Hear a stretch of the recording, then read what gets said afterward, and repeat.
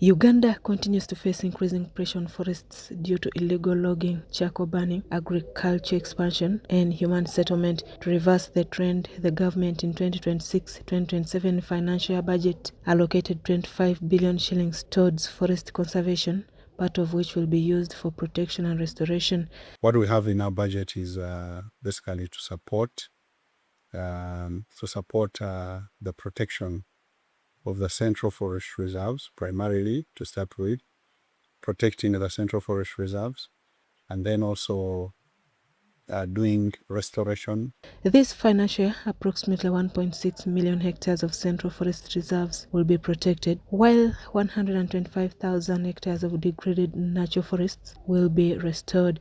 We have about 1.2 million, 1,260,000 hectares of central forest reserves, and that is ideally what the budget is supposed to provide for. This will be done through initiatives like assisted regeneration and tree planting to improve the quality of forest resources. 125,000 hectares of restoration. This is mainly in degraded natural forests, where we're doing evictions and cancelling titles and land becomes available.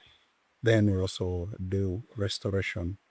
In some aspects, it's just with just protection, the forests recover on their own. But we do assisted regeneration by replanting with indigenous in those degraded places. Beyond tree planting, government has outlined several additional measures to safeguard forest resources, like regulating the harvesting of trees for timber and charcoal, strengthening stakeholder partnerships, increasing public awareness, and regulating forestry exports. This will not be limited to empowerment of enforcement officers at grassroots administrative structures, and reopening and maintaining of forest boundaries. Harvesting and movement of forest produce. That is also work of the ministry, that is part of enforcement. Within the same area, of course, there are areas that are more degraded than others, and yes, so we also set priority for restoration.